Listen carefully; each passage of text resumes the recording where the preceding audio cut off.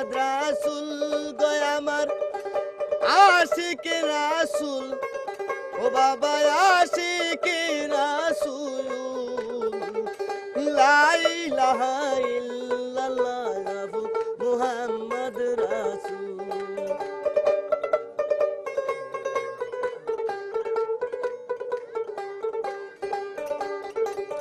গাছে পাতায় জপের নাম, গাছে পাতায় জপের নাম আল্লাহু রাসূল, কালমায় আল্লাহু রাসূল লা ইলাহা ইল্লাল্লাহ মুহাম্মদ রাসূল।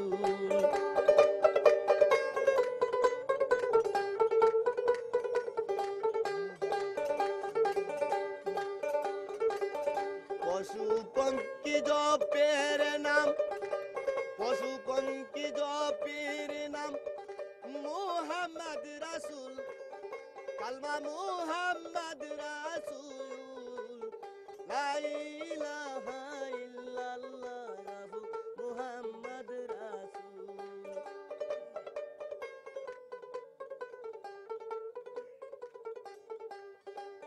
মুহাম্মদ রাসূল গয় আমার আশিকে রাসূল, সাপরান কোরআনে বুলবুল লা ইলাহা ইল্লাল্লাহ মুহাম্মদ রাসূল।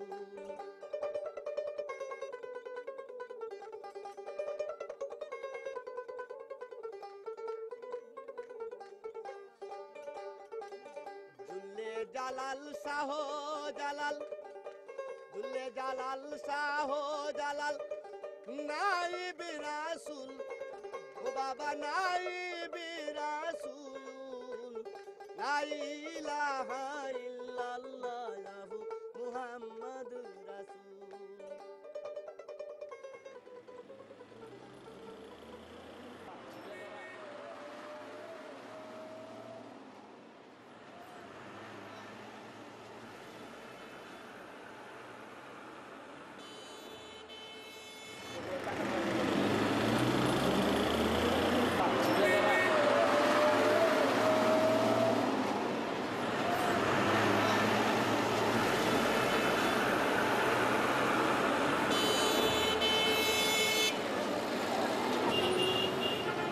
বহুদিন হলো রাজধানী ঢাকার কর্মব্যস্ততার মাঝে আটকে আছি, আর কোন অজান্তে জানি বিচ্ছিন্ন হয়ে পড়েছি আমার দেশের সাধারণ মানুষের ভাবনা চিন্তা আর ধর্মচর্চার নির্যাস থেকে। এবার তাই বেরিয়ে পড়া। আমার এই বেরিয়ে পড়ার পিছনে পৃথিবীর কয়েকটি দেশে নির্মিত ইসলামী সুফিবাদ ভিত্তিক ফিল্ম দেখবার সুযোগ হয়েছিল। এই দেখার পর থেকে একটি গোপন অনুপ্রেরণা কাজ করছিল। তা যাই হোক, এই যাত্রায় আমি যেতে চাই আমার নিজের গ্রাম সোনালিয়াতে। টাঙ্গাইল জেলার এই গ্রামটি ঢাকা শহর থেকে মাত্র ৮০ কিলোমিটারের পথ। অথচ বিগত ২০-২৫ বছর হলো সে গ্রামকে আমার তেমন করে আর দেখা হয়নি। সে গ্রামের স্মৃতি বলতে আমার চোখে ভাসে গ্রাম পার্শ্ববর্তী করটিয়া হাট।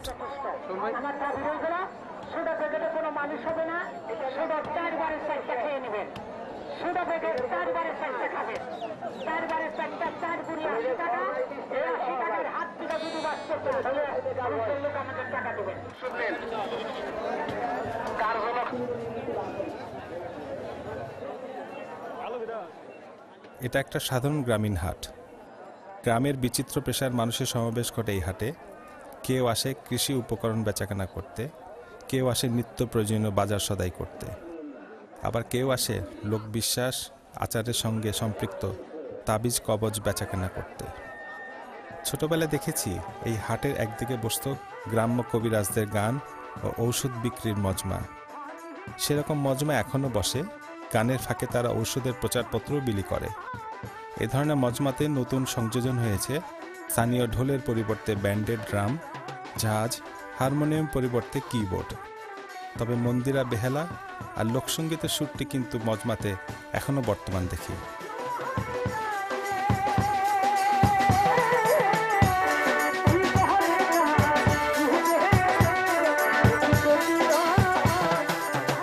এই হাটের লোকসঙ্গীতের যে সুর আমার মন কানে লেগে থাকে, আমার সেই একই কানে এসে বাজে আমার গ্রামের শতাব্দীর প্রাচীন মসজিদ থেকে ভেসে আসা কোরআন তেলাওয়াতের সুরধ্বনি। أعوذ بالله من الشيطان الرجيم بسم الله الرحمن الرحيم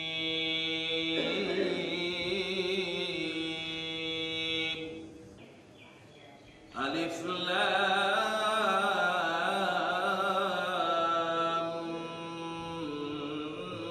ميم। কোরআন তেলাওয়াত করছে কারি হাবিবুল্লাহ, সম্পর্কেও আমার চাচাতো ভাই। সুকণ্ঠে কোরআন তেলাওয়াতে, আজান দেওয়াতে এবং কাশিদা গীতিতে ওর অনেক সুনাম আছে। ওর বয়স প্রবীণ না হলেও অনেক সময় ওকে নামাজের ইমামতি করতে হয়।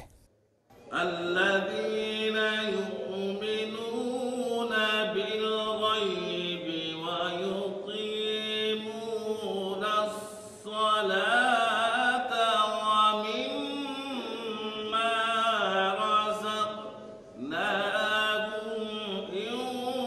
ينفقون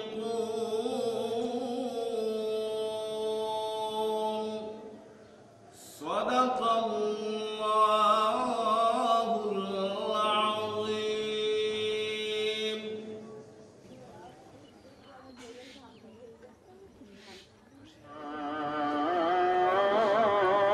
الله أكبر أشهد أن لا إله إلا الله। আমাদের গ্রামবাসীর জন্য আজকের রাতটি বিশেষ রাত, কেননা আজ ইসালে সওয়াব। কোরআন ও হাদিসের আলোকে ইসলাম চর্চার প্রক্রিয়া ও পদ্ধতির সম্পর্কে এই অনুষ্ঠানে ধারণা দেওয়া হয়। আমি সেই ছোটবেলা থেকে দেখে আসছি এখানকার মানুষের নম্র ভদ্র ব্যবহার, ধ্যানী দৃষ্টি, জিকির, কান্না ও বয়ান।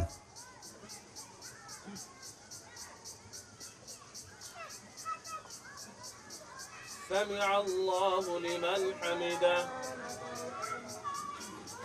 الله أكبر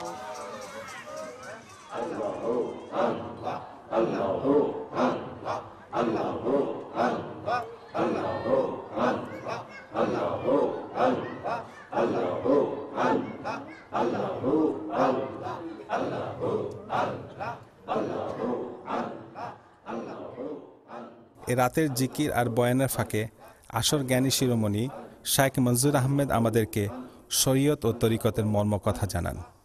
আল্লাহ তাআলা জানিয়ে দিয়েছেন, ইন্না জাআলনা লাকুম শিরআতাম ওয়া মিনহাজা, আমি তোমাদের জন্য তৈরি করেছি একটা সাধারণ পথ, একটা বিশেষ পথ। এই সাধারণ পথটাকে আমরা শরীয়ত বলি, যেটা বিধিবিধান। এই বিধিবিধানকে নিখুঁতভাবে পালন করতে গেলে বিশেষ পথের দরকার। সেই বিশেষ পথটা কিরকম? সেটাই হলো তরিকত। এটাই গাইবে উম্মত, কারণ যিনি উম্মতি করছেন আল্লাহ তাআলা শিখিয়ে দিয়েছেন, লা ইউমিনু আহাদুকুম, তোমরা কেউ মুমিন নও, হাত্তা কুনা আহাব্ব, মা বাপ থেকে, আত্মীয় স্বজন থেকে, এনি রিলেশন। এই বয়ান শুনে শুনে উপস্থিত ইসলাম ধর্মীয় নরনারীদের একটি নির্ঘুম রাত পেরিয়ে যায়। আর ভোর হওয়ার আগেই সারা দেশের মানুষের জন্য শান্তি কামনায় মোনাজাতে ইসালে সওয়াবের সমাপ্তি ঘোষণা করা হয়। তাহলে তুমি মুমিন হতে পারো না। এইটাই তরিকতের মূল সবক। দুঃখে দুঃখে মরছে আল্লাহ শয়তানের ধোঁকায় পড়ে গেছে। আল্লাহ শয়তানের ধোঁকায় পড়ে আল্লাহ যেভাবে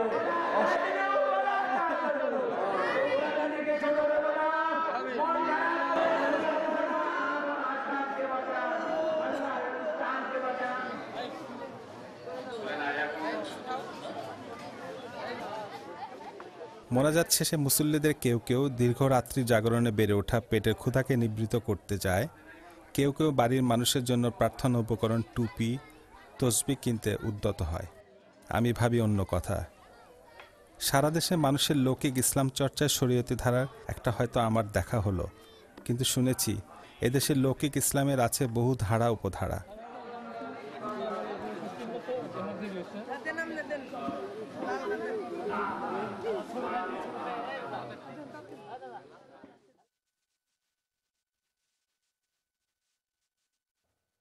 এর ঠিক পরের রাতেই আমাদের গ্রামের তালুকদার পাড়াতে পেয়ে যাই চিশতিয়া সুফি তরিকার বার্ষিক ঔরস। এখানে আয়োজন করা হয়েছে বাউলার লড়াই শরীয়ত মারফত। আমি মন্ত্রমুগ্ধের মতো দেখতে থাকি এদেশের লৌকিক ইসলাম চর্চার উদার প্রকাশের সাহসকে।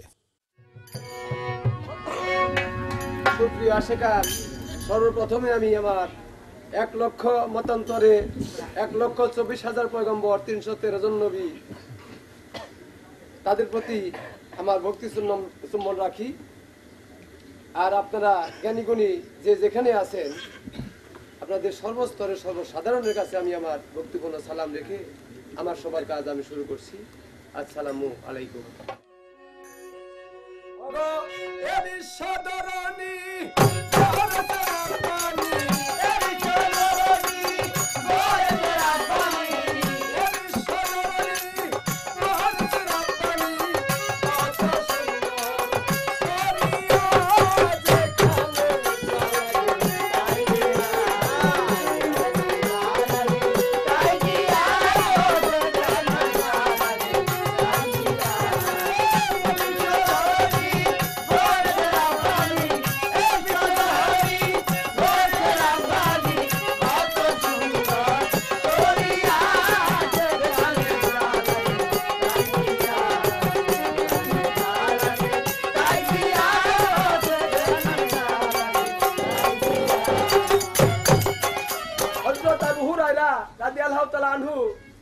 ইনি লিখেছে বুখারী শরীফে যে আমি রাসূল পাক সাল্লাল্লাহু আলাইহি সাল্লামের কাছ থেকে 2 প্রকার ইলম শিক্ষা করিয়াছি, যথা এক প্রকার ইলম যদি আমি মানুষের মাঝে প্রকাশ করি তাহলে মানুষ আমাকে কান দিয়ে নিয়ে নাচবে, আরেক প্রকার ইলম যদি আমি মানুষের মধ্যে প্রকাশ করি তাহলে মানুষ আমাকে কাতল করবে।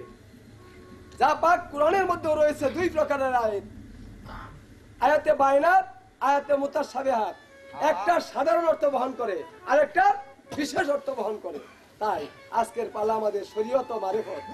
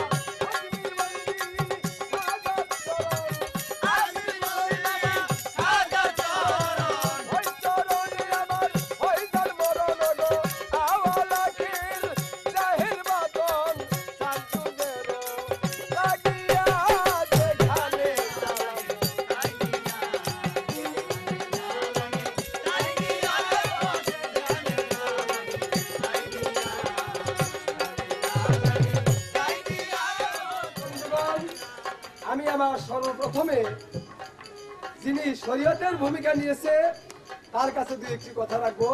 তা হলো এই যে নামাজ, শরীয়ত মোতাবেক আমরা জানতে পেরেছি হযরত মুহাম্মদ সাল্লাল্লাহু আলাইহি সাল্লাম মেরাজ থেকে প্রত্যাবর্তনের সময় আল্লাহ পাক 50 ওয়াক্ত নামাজ দিয়ে দেয় আর 12 মাস রোজা দিয়ে দেয়। তাই প্রবাদে আছে যে উনি এইগুলা নিয়ে আসার সময় এক এক নবীর সাথে দেখা হয় আর সে তাকে আবার দরবারে পাঠিয়ে দেয় যে তুমি আল্লাহর কাছে যাও, যে 50 ওয়াক্ত নামাজ নিয়ে আসলা আর 12 মাস রোজা নিয়ে আসলা, তোমার দুর্বল উম্মতরা পারবে না, কিছু কমে নিয়ে আসো। এইভাবে 50 ওয়াক্ত থেকে কমাইতে কমাইতে কমাইতে কমাইতে 5 ওয়াক্ত নামাজ সীমাবদ্ধ করে দিল। আমার প্রশ্ন, নামাজ আগেও ছিল, রাসূল পাক সাল্লাল্লাহু আলাইহি সাল্লাম জন্ম নেওয়ার বহু পূর্বে থেকেই এই নামাজ পয়গম্বররা পড়ে আসছিল, কিন্তু আসলে প্রকৃতপক্ষে এই 5 ওয়াক্ত নামাজের কারণটা কি? হাদিস কোরআন সম্মতি নিয়ে আশা করি জামাল সরকার জবাব দিলে আমরা সন্তুষ্ট হব।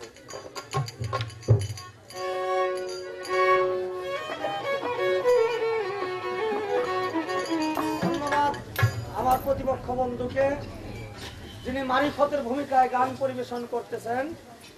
আমাকে দেওয়া হলো শরীয়তের ভূমিকা। আমি চেষ্টা করব হযরত মুহাম্মদ মুস্তাফা সাল্লাল্লাহু আলাইহি সাল্লামের আদর্শ নিয়ে কথা বলার। 5 জন পয়গম্বর 5টি বিপদ থেকে আল্লাহর দরবারে তারা ক্ষমা প্রার্থনা করে নামাজ পড়েছিলেন। এই 5 ওয়াক্ত নামাজ 5 পয়গম্বর 5 বিপদে আল্লাহর উপাসনায় লিপ্ত ছিল। এভরিথিং অল সাইড সেই সঙ্গে মিলিত রেখে আল্লাহ বান্দাদিগকে 5 জায়গানা নামাজ জায়েজ করে দিয়েছেন। ওরে মুমিন ভাই, নামাজেতে পাবে মুক্তি। আমার আল্লাহ কুরআনে দিছে খবর, দিছে খবর। আগে মন তুই পাঞ্জে গানা পীরের চরণ ধর, আগে তুই পাঞ্জে গানা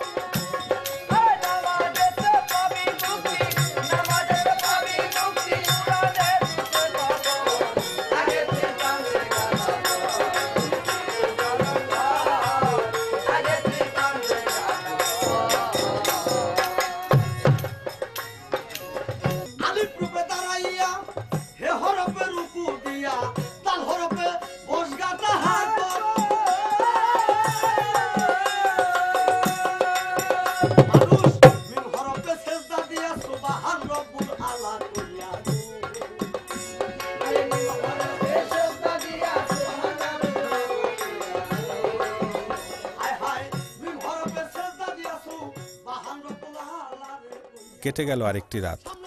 আমি দ্বন্দ্বে পড়ে যাই। চিশতিয়া তরিকার বাউলার লড়াইয়ের বিতর্ক শুনে উপলব্ধি করতে পারি না শরীয়ত ও মারফতের পার্থক্য। তারা উভয়েই তো আল্লাহ নবীর কথা বলে, তবে পার্থক্য কোথায়? মাথার মধ্যে প্রশ্ন নিয়ে ঢাকা ফিরে আসি।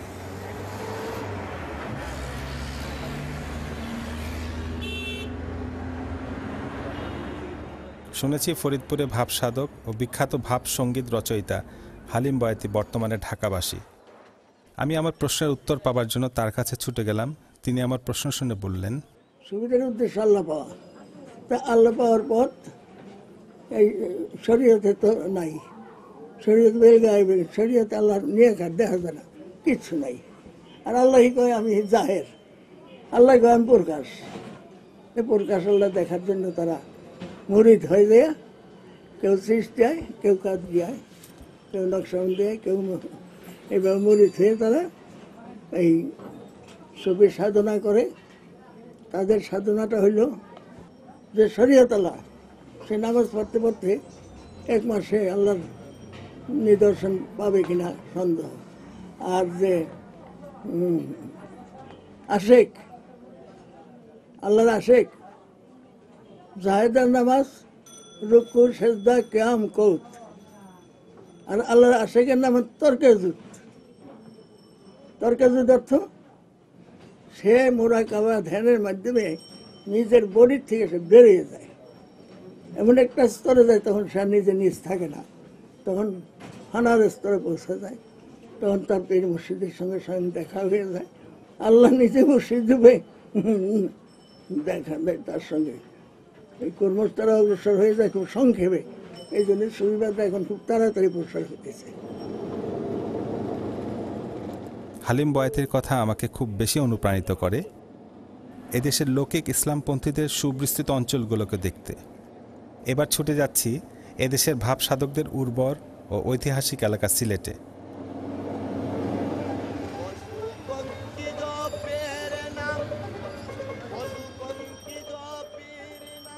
এদেশে মানুষ মাত্রেই সিলেটে আগত সুফি সাধক হযরত শাহজালাল ও শাহপরানের নাম জানেন। সিলেট শহরেই এই দুই সুফি সাধকের সমাধি বর্তমান। তাদের সমাধি প্রাঙ্গণে প্রতিদিন বিভিন্ন ধর্মের শত শত মানুষের সমাগম ঘটে।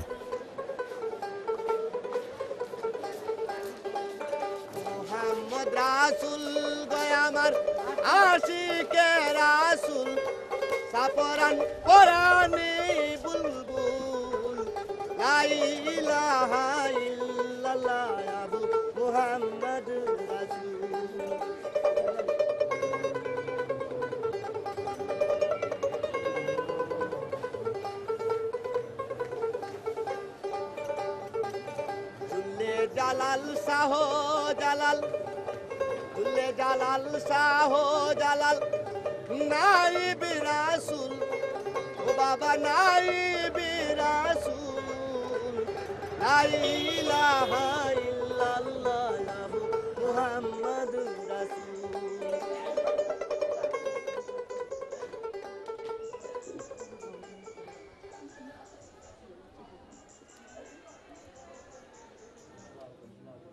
সুফি সাধক হযরত শাহজালাল ও শাহপরানের স্মৃতিধন্য পুণ্যভূমি সিলেট অঞ্চলে তাদের প্রভাবেই পরবর্তীতে বহু মহৎ জন্ম নিয়েছেন এবং এদেশের লৌকিক ইসলাম চর্চাকে সমৃদ্ধ করেছেন। তাদের মধ্যে একজন হচ্ছেন শাহ আব্দুল করিম।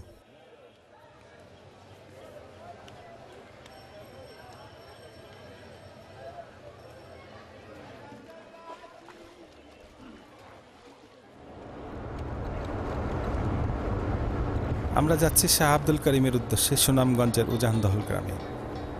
শুনেছি তিনি এখন বয়সের ভারে অসুস্থ শরীর ও দুর্বল স্মৃতি নিয়ে বেঁচে আছেন। তবু আমার মনে হয় প্রবীণ এই সুফি সাধকের কথা জানা দরকার। তার বাড়ি যাবার পথে আমাদের গাড়িতে বাজতে থাকে তারই লেখা গান। গানের সুর কথার মাঝে দূর পথ পাড়ি দিয়ে আমরা অবশেষে উজানদহল গ্রামে পৌঁছি। তখন অনেক রাত। মুখোমুখি হই শাহ আব্দুল করিমের। তিনি বয়সের ভারে হারানোর স্মৃতি থেকে হাতড়িয়ে হাতড়িয়ে লৌকিক ইসলাম চর্চা সম্পর্কে নিজের কথা বলেন। সুফি মতবাদটা ভালোর কথাই বলে। সুফি জিনিসটা ভাষাটাই সকলে বুঝেন না, ভালোটা বুঝে। ভালো ভালো কথাগুলা চর্চা করতো, ভালো জ্ঞান অর্জন করতো। এইটা শরীয়ত জিনিসটা ভালো, সুফি যে জিনিসটা কয় এগুলা জ্ঞানী মানুষ যারা, তারা ভালোটারে বিচার করে নিতে চায়, গ্রহণ করতে চায়। আমি শরীয়তকে সমর্থন করেছি, সুফিবাদকে আমি বিশেষ করে সমর্থন করি।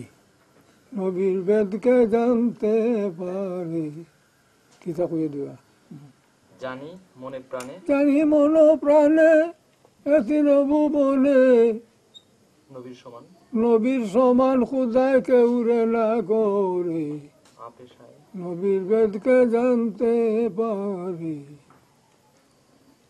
আপেশায় নিরঞ্জন, আপেশায় নিরঞ্জন আপনি করে পছন্দ, নবীকে নবীকে করিলেন সৃজন আপনার নূরে। আপে পড়ুয়ারে আদর করে,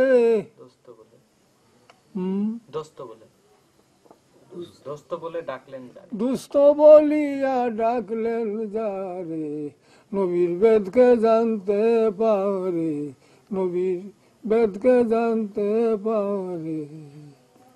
সাজরা তুলে কিনে অতিশয় গোপনে সিনের নবীজি আমার ময়ূর আকারে, সামনে এক আয়না ধরে পাক রাব্বানা রুহ গণের সৃজন করে, নবীর বেদকে জানতে পারে। আওয়ালে আহাদ দোমে আহম্মদ সিয়মে মুহাম্মদ নামটি ধরে। আব্দুল করিম বলে এ ভূমণ্ডলে, আব্দুল করিম বলে এই ভূমণ্ডলে প্রকাশ হলেন নবী মক্কা শহরে। নবীর বেদকে জানতে পারে।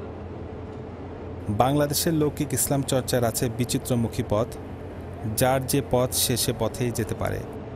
বাঘটা আমাদের যাত্রা পথের মতোই। এ পথেই এবার আমাদের ডাকছে মানিকগঞ্জের হাসলি গ্রামের ওয়াইসে তরিকার সাধক সাইদুর রহমান বয়াতের বার্ষিক ঔরস। শুনেছি ওই ঔরসের জিকির ও গান উপস্থিতি আশেকানদের আবেগের কান্নায় একাকার হয়ে থাকে। ভক্তরা শুধু পীরের জন্য কাঁদে,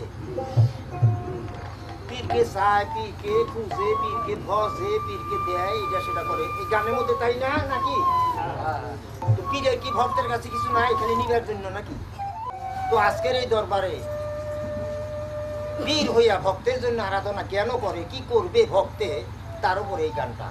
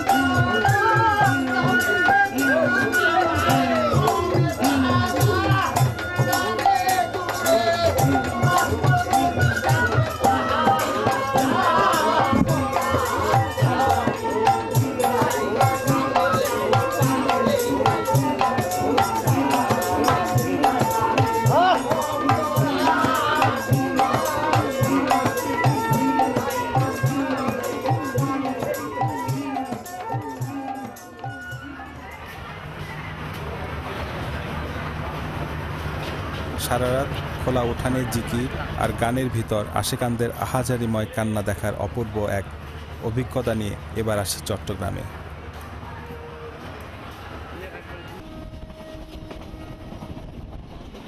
এই চট্টগ্রাম বাংলাদেশের লৌকিক ইসলাম চর্চার একটি ঐতিহাসিক ও গুরুত্বপূর্ণ প্রাণকেন্দ্র। চট্টগ্রামের মাটিতে অসংখ্য সুফি সাধক সাহিত্য, তবে তার মধ্যে অধিক গুরুত্বের অধিকারী ফটিকছড়ি থানার মাইজভান্ডার গ্রামে সাধক শাহ আহমদুল্লাহ। তিনি সাধারণ মানুষের কাছে গাউসুল আজম মাইজভান্ডারি নামে অধিক পরিচিত।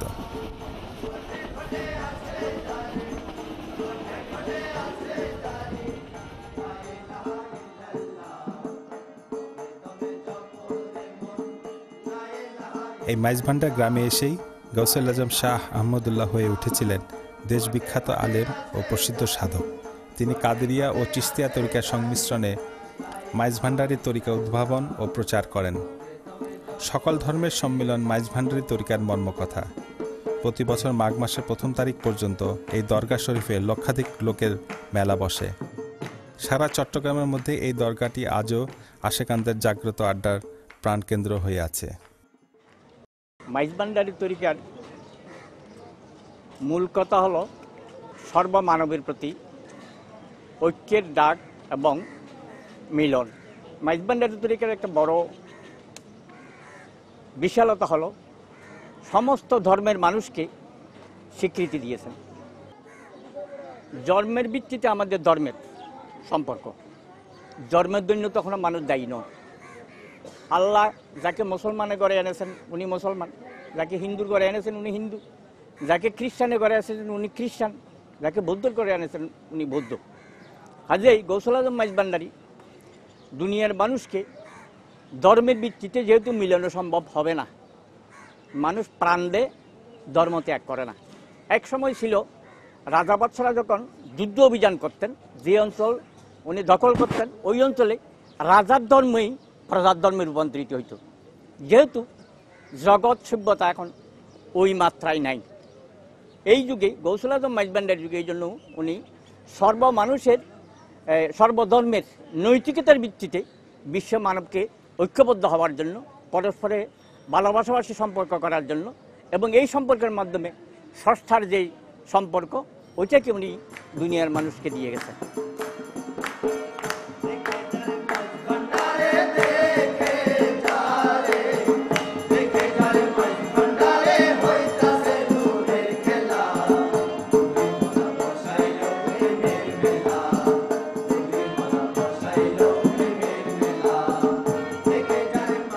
মাইজভান্ডারি তরিকাপন্থীরা সম্প্রতি একটি একাডেমি প্রতিষ্ঠা করেছেন। একাডেমির মরমী শিল্পী গোষ্ঠী ভান্ডারি শরীফে আগত দর্শনার্থীদের জন্য নিয়মিত গানের ব্যবস্থা করে থাকেন। এই গানটি তেমনই একটি আয়োজন।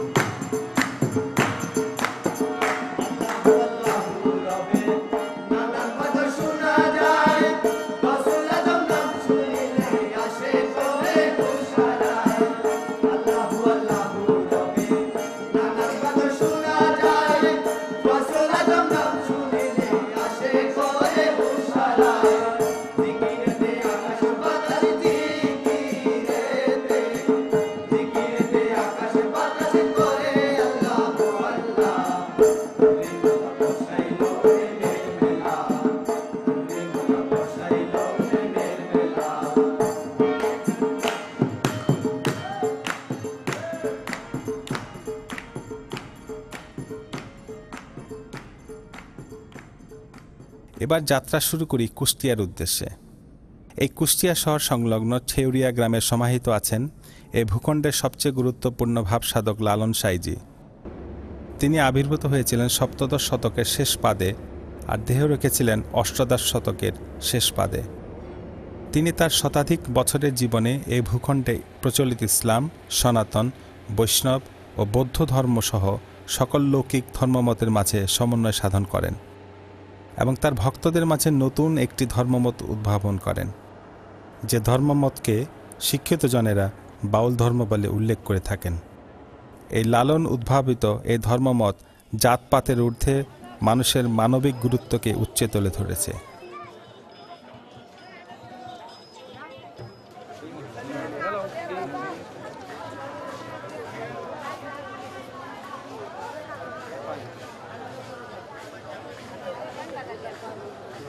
লালন সাইজির সমাধিকে ঘিরে আজ চলছে লালন প্রবর্তিত দোল পূর্ণিমার উৎসব। 3 দিন ধরে চলবে এই উৎসবে। অংশ নিতে দূর দূরান্ত থেকে এসেছে লালনের অগণিত ভক্তরা। তাদের মধ্য থেকে আমরা কথা বলি আহেদানিয়াত তরিকার লালনপন্থী সাধক জাফর শাহের সঙ্গে। আপনারা আসছেন, আপনার এই দৃশ্যটা দেখছেন, এই দৃশ্যটার অর্থ কি, মানে কি, কৌশল কি, কি বিষয় এখানে? এটা কি?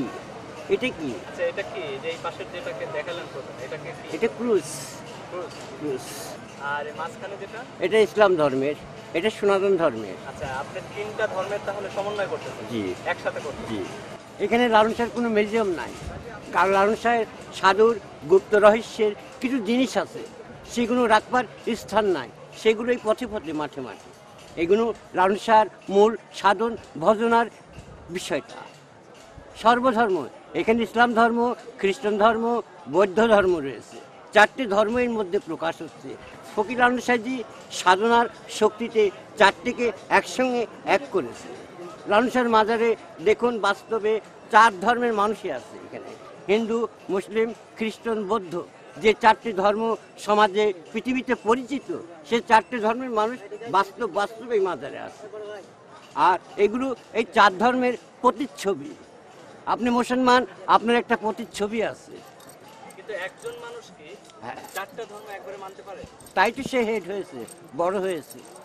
পারেছেন বলেই তো, না পারলে তো আমাদের মতো ছোট থাকতো।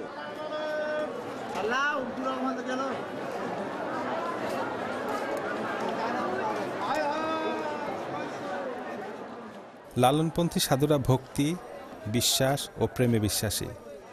তারা তাদের জীবনে এই তিনটি বিষয়ের চর্চা করে থাকেন গুরুকে ধরে এবং গুরু কার্যের মাধ্যমে। আখড়ায় আগত সাধুদের মাঝে তাই প্রতি মুহূর্তে এই দৃশ্যগুলো স্পষ্ট করে দেখা যায়।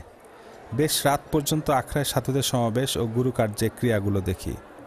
এবার আমরা যাই বিখ্যাত লালন গবেষক আবুল হাসান চৌধুরীর বাড়িতে। তিনি বাংলাদেশের লৌকিক ইসলাম চর্চার ধারা এবং তার সঙ্গে লালন শাহের চিন্তার সম্পর্ক সমন্বয় নিয়ে বলেন, লালনের গানে আমরা একদিকে দেখছি যে হিন্দু পুরাণের ব্যবহার, একদিকে দেখছি যে ইসলামী বা মুসলিম ঐতিহ্যের প্রতিফলন, এবং একটা খুব সূক্ষ্মভাবে বৌদ্ধ সহজজানীদের প্রভাব, দর্শনের প্রভাব লালনের গানে আছে। সুফিদের প্রভাব বা সুফি মতের প্রভাব মরমী সাধকদের উপরে এসেছে বু আলী কলন্দরের মাধ্যমে, হযরত মাইনুদ্দিন চিশতির মাধ্যমে, এমনি আরও অনেক সাধক যারা এদেশে এসেছিলেন ধর্ম প্রচারের জন্যে। এবং সেই জন্যে আমরা লক্ষ্য করি যে আমাদের দেশে কিন্তু যে অর্থে বিশুদ্ধ ইসলাম বলা চলে, যে এই কট্টর শরীয়তি বিধান মেনে চলা ইসলাম কিন্তু প্রচারিত হয়নি। আমাদের এখানে অনেকটা সহনীয় পর্যায়ে যেহেতু সুফিদের দ্বারা ইসলাম প্রচারিত হয়েছে। সুফিরা খুব উদারভাবে ধর্মের ব্যাখ্যা দিয়েছেন। তারা সব মানুষকে কাছে টানতে চেষ্টা করেছেন। তারা স্থানীয় সংস্কৃতি, লোকাল কালচার অবজর্ব করতে চেষ্টা করেছেন। তারা লোকাল কালচারকে ব্যবহার করেছেন ইসলাম প্রচার করতে গিয়ে। এই যাত্রায় মনে পড়ে যায় ঢাকায় শোনা মাগরুম মোর্শেদের কথা। এবার আমি একই পরিমণ্ডলের মধ্যে অবস্থিত লালন সমসাময়িক কালের বিখ্যাত সাহিত্যিক মীর মোশাররফ হোসেনের গ্রাম দেখতে যাই। নোবেল বিজয়ী বাঙালি কবি রবীন্দ্রনাথের শিলাইদহের কুঠি বাড়ি।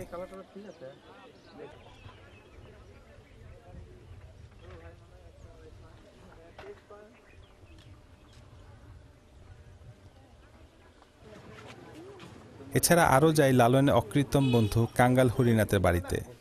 লালনের মৃত্যুর পর কাঙ্গালের এই প্রেসে মুদ্রিত গ্রাম বার্তা প্রকাশিকা পত্রিকায় তার মৃত্যুর সংবাদ ছাপা হয়েছিল। সবচেয়ে আশ্চর্যের বিষয় হচ্ছে, লালনে কোনো প্রাতিষ্ঠানিক শিক্ষা না থাকার পরও এই সব শিক্ষিত মানুষের চিন্তার উপর লালনের প্রভাব পড়েছিল।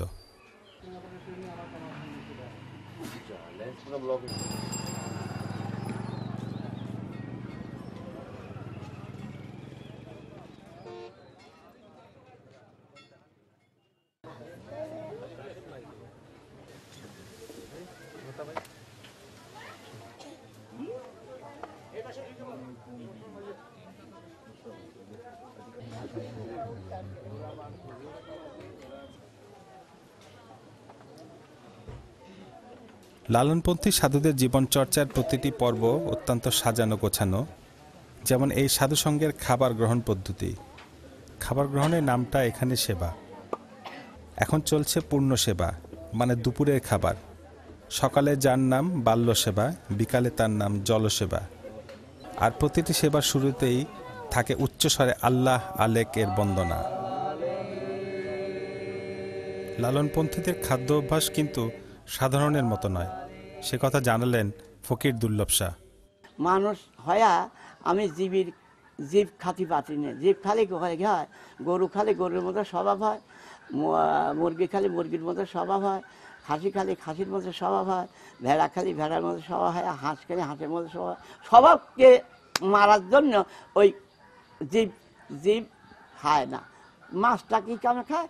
মাছটা হচ্ছে পানির মাছ, ঠান্ডা জিনিস, ওটাতে আপনার গরম শক্তি উচ্চারণ বেশি করে না।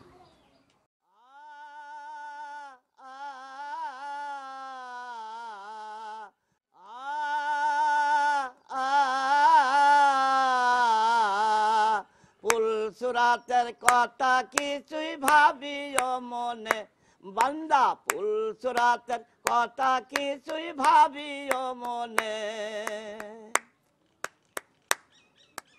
একে তেত্রে ভঙ্গ বাঁকায়া, তাতে হীরের ধারো চুকা। ইমান আমান হলে পাকা, ইমান আমান হলে পাকা, তরবেন সেইখানে বান্দা, তরবেন সেইখানে বান্দা, তরবেন সেইখানে। ফুলসুরাতের কথা কিছুই ভাবিও মনে, বান্দা ফুলসুরাতের কথা কিছুই ভাবিও মনে।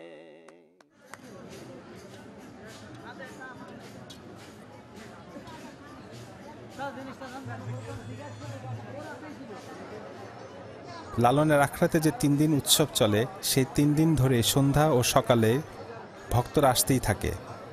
লালন আখড়া খোলা মাঠে হয়ে ওঠে আগতদের জন্য প্রধান আশ্রয়। উৎসবের 3য় দিনে থাকে খেলাফত অনুষ্ঠান ও ভিক্ষার গান।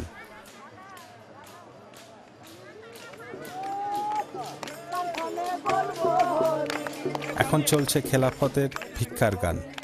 আসলে লালনপন্থী সাধুরা সাধনা সিদ্ধ হলে তাকে মৃতর জন্য বরাদ্দ কাফনের কাপড় পরিয়ে খেলাফত দেওয়া হয়। খেলাফতের মাধ্যমে একজন মানুষ জীবন্ত মৃতের পর্যায়ে চলে যায়, কেননা সে বেঁচে থাকবে অথচ তার কাম, ক্রোধ, ঈর্ষা, ঘৃণা, লোভ থাকতে পারবে না। এটা সাধনের একটা বড় অর্জন। আখড়া জুড়ে তাই নতুন খেলাফতি যুগলকে নিয়ে আনন্দ গানে মেতে ওঠে ভক্ত সাধুরা মিলে। সবশেষে আমার মনে একটি প্রশ্ন ভেসে ওঠে। এই যে আমি লৌকিক ইসলাম চর্চার ধারা উপধারায় সন্ধানে নেমে কুষ্টিয়া, চট্টগ্রাম, সিলেট, টাঙ্গাইল, মানিকগঞ্জ ঘুরে এলাম, দেখলাম লৌকিক ইসলাম চর্চার বহু রূপ। এখন এইগুলোর মধ্যে একজন চলচ্চিত্রকার হয়ে সমন্বয় করি কেমন করে? আমি লালন ঘরানার সাধুদের মধ্যে উত্তর খুঁজতে থাকি, কেননা এই ভূখণ্ডে সাধক লালন ফকির লৌকিক ধর্মের মধ্যে সমন্বয় সম্পর্ক স্থাপন করেছেন।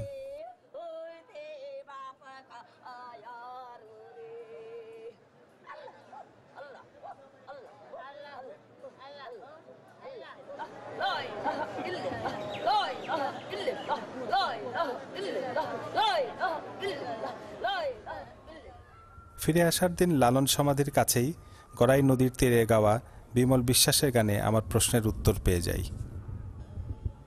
নাম ধরে ডাকিলে তারে হৃদয় কাছে উদয় হবে, আপনার আপনি কানা হয়ে তবে জানা যাবে রে মন, তবে জানা যাবে। আরবি ভাষায় বলছে আল্লাহ, ফার্সিতে কয় খুদা তাল্লা। আরবি ভাষায় বলছে আল্লাহ, ফার্সিতে কয় খুদা তাল্লা।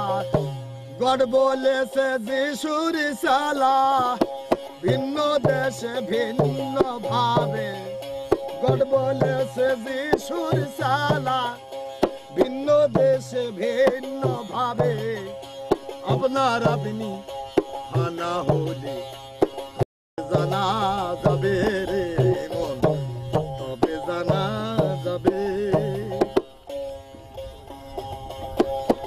আল্লাহরি ভজন পূজন এ সকল মানুষের সৃজন আল্লাহরি ভজন পূজন এ সকল মানুষের সৃজন অসিনায়া নামাই কখন বাকিন্দ্রিয় না সম্ভাবে অসিনায়া নামাই কখন বাকিন্দ্রিয় না সম্ভাবে আপনার আপনি আনা হলে তবে জানা যাবে রে মন, তবে জানা যাবে মনের ভাব প্রকাশিতে ভাষার উদয় এই জগতে মনের ভাব প্রকাশিতে ভাষার উদয় এই জগতে মনোতীত ধমকে চিনতে মনোতীত ধমকে চিনতে ভাষা জ্ঞানে নাহি পাবে আপনার আপনি ফানা হয়ে তবে জানা যাবে রে মন, তবে জানা যাবে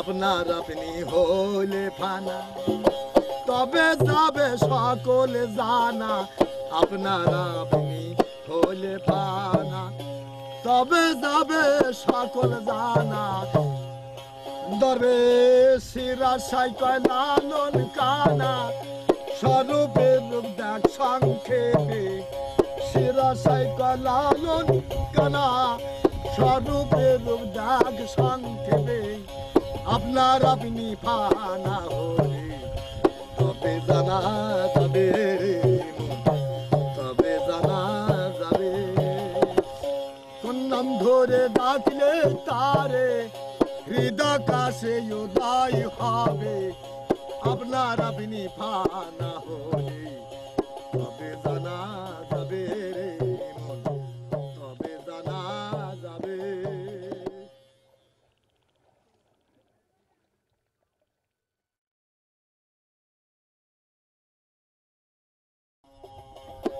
আল্লাহরি ভজন পূজন এ সকল মানুষের সৃজন আল্লাহরি ভজন পূজন এ সকল মানুষের সৃজন অসিনায়া নামাই কখন বাকিন্দ্রিয় না সম্ভাবে অসিনায়া নামাই কখন বাকিন্দ্রিয় না সম্ভাবে আপনার আপনি আনা হলে তবে জানা যাবে রে মন, তবে জানা যাবে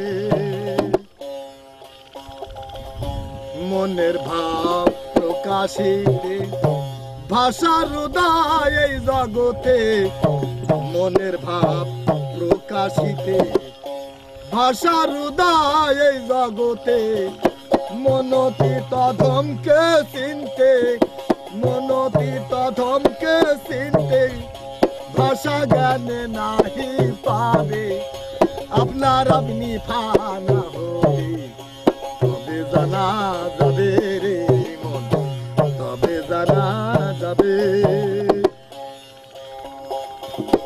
আপনার আপনি হলে ফানা তবে যাবে সকলে জানা